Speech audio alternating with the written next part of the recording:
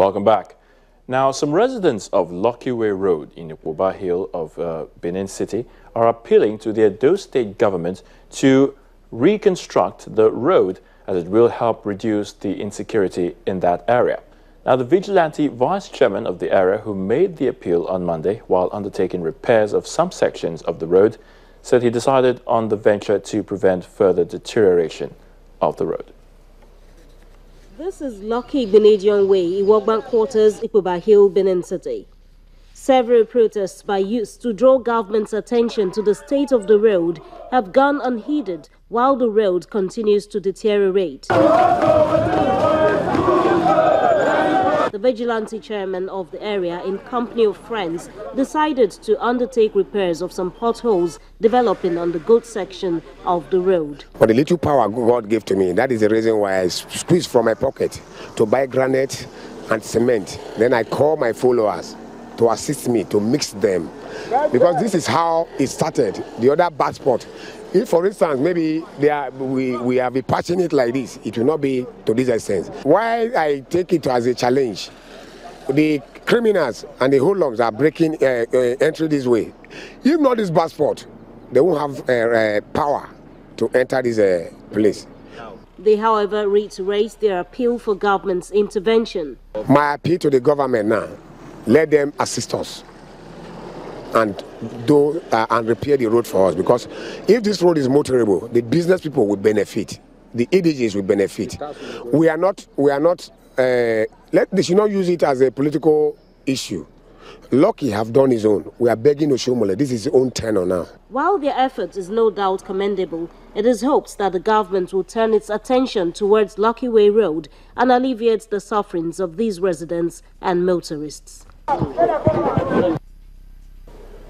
We're still in Edo State, but this time members of the Tipper Truck Drivers Union are calling for an end to collection of government revenues along highways. Now, the union members who made their point known with a peaceful demonstration in Benin City also condemned what they describe as multiple taxation.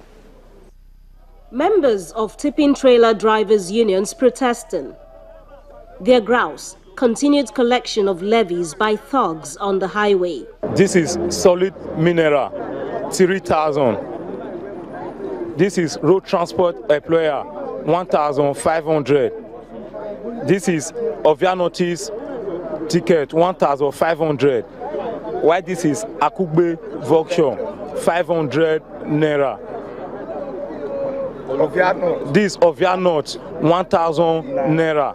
They should go to quarry where we load. We pay our normal mineral resources, but every other ticket we are not going to pay. We don't want to pay all those money again. So double taxation is enough for us. So we don't want to pay that dues again. The solid mineral should go to quarry and collect their tax there. The Edo State Police Public Relations Officer, who says it is a punishable offense to collect revenue on the highway, reveals they are yet to receive a formal complaint from the union to that effect. Not quite long. There was a policy by the Economic Council that all forms of collections on the highway must stop. We had a mandate. As I speak, the Inspector General of Police also communicated such directive to all command, Edo State inclusive also. And we have been following up. The point is that as it is now, we have not gotten any formal report from any group complaining that anyone or group of persons are collecting revenues from them on the wherever they work or whatever. So the point is that the point I'm making is that those that are complaining, we are advising that there is a need for them to make a formal report. It is hoped that this protest will attract the required attention and put an end to the menace. Well, and news across Nigeria in southwest Nigeria, of course, and it's in Osun State, where the state government and its civil servants are not having the best of relationships now, as each organ is taking a different standpoint on the current staff audit process going on in the state. While the workers say the 48-hour ultimatum given to them to tender valid certificates isn't feasible, The state government maintains that the exercise is part of efforts to tackle the state's huge monthly wage bill.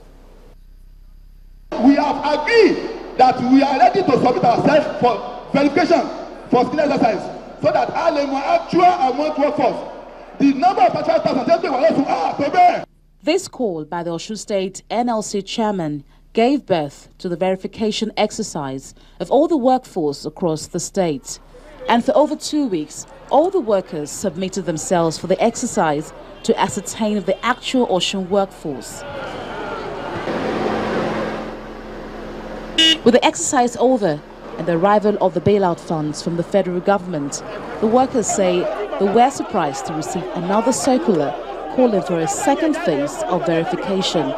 This time, the circular requires that they produce the primary school certificate before they are cleared for payment of the outstanding salaries owed. It is unacceptable to us because where do they expect our members to get their primary school certificate?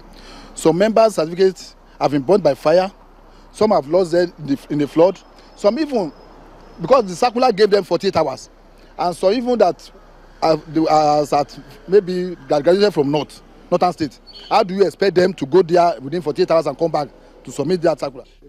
But the Osun State government maintains that what they are doing is in line with the agreement they had with the workers. What we are doing is in line with the agreement we have, because the workers' representative believe genuinely that if we thoroughly clean up the payroll, the amount being used to pay salary will possibly reduce, and then would address in future the problem of challenges of prompt payment of salary.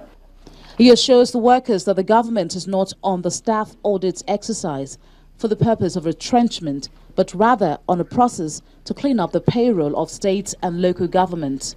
The question of certification should not be reduced to issue of banality. The question is, did you have the certificate? If you have it, produce them. If it has been lost, destroyed, or otherwise you cannot find them, you have to provide legally tenable excuse to be able to do so. Governor Rauf Aregbesola assured the workers that their standing salaries will be paid before the end of this month. The workers can only hope that the leadership of Labour and the government would meet at a level playing ground to bring this disagreement to a stop soon.